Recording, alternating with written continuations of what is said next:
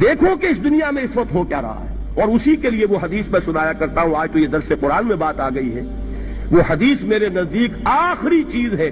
اس کے بعد بھی اگر آنکھ نہیں کھلتی کسی انسان کی تو میں نہیں سمجھتا کہ وہ اپنے گرد اس نے جو یہ فلا تزکوا انفسکم، اس نے جو اپنے گرد تزکیہ نفس کا ایک مصنوعی حالہ بنا لیا ہے، کبھی بھی وہ اس حالے سے نکل سکے گا اگر اس حدیث سے بھی آنکھ نہ کھلی. اور وہ حدیث کیا ہے؟ مولانا اشرف علی تھانوی نے اس کو اپنے جو خطبات جمعہ ہیں ان میں نقل کیا ہے. بیہقی کی روایت ہے. اوحى اللہ عز وجل الی جبرائیل علیہ الصلوۃ والسلام ان اقلب مدینۃ کذا وکذا باہلھا. اللہ نے حکم دیا حضرت جبرائیل کو فلاں فلاں بستیوں کو الٹ دو اس کے رہنے والوں سمیت.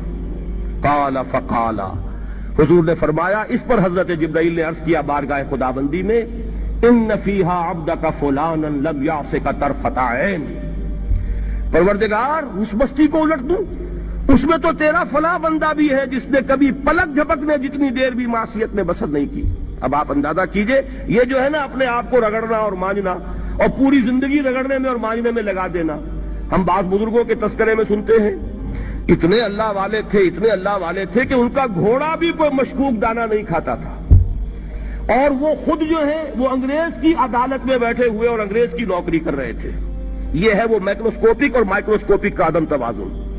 طاغوت کی چاکری کر رہے ہیں، انگریز کی ملازمت کر رہے ہیں، انگریز کے قانون کی تنفیذ کے اندر اعلی کار بن رہے ہیں، لیکن ذاتی تقوی اور ذاتی نیکی اور ذاتی للہیت جو ہے اس کا معیار یہ ہے کہ ان کا گھوڑا بھی مشکوک چارہ اور مشکوک کھانا نہیں کھا سکتا.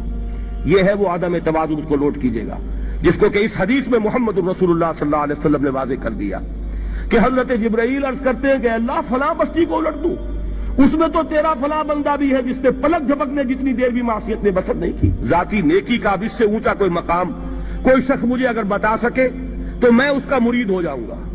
اس سے اونچا کوئی مقام ہوگا کہ آنکھ جھپکنے جتنی دیر بھی کسی نے معصیت میں بسر نہیں کی. ذاتی نیکی کی معراج.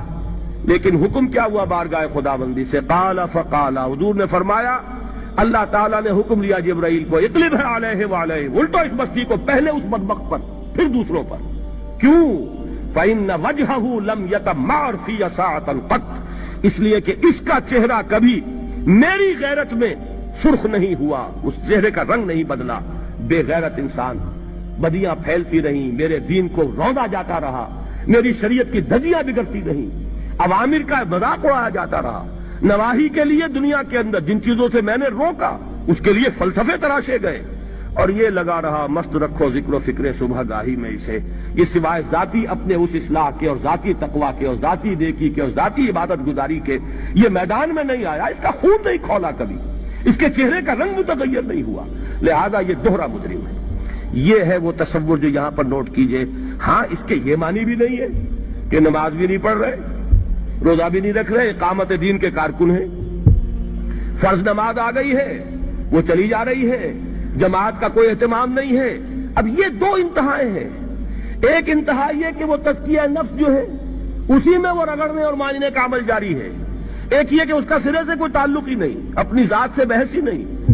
وہ کیفیت وہ ہو گئی ہے جو یہود کی آئی ہے قرآن مجید میں کہ تامرون الناس بالبر وتنسون انفسکم وانتم تتلون الکتاب، کیا تم لوگوں کو نیکی کا حکم دیتے اور اپنے آپ کو بھول جاتے ہو؟ یہ دوسری انتہا ہے.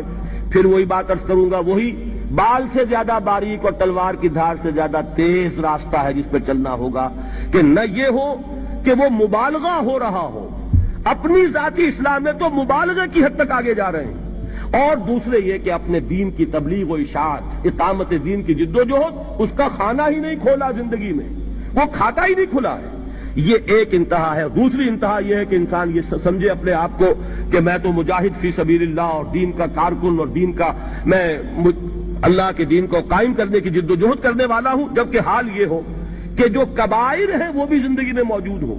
ظاہر بات ہے فرض کا ترک کبیرہ ہے، نماز فرض چھوڑی تو کبیرہ گناہ کا ارتکاب ہو گیا، وہ تو کبائر میں آ جائے گا. فرائض کا ترک کر دینا کبیرہ گناہ شمار ہوگا.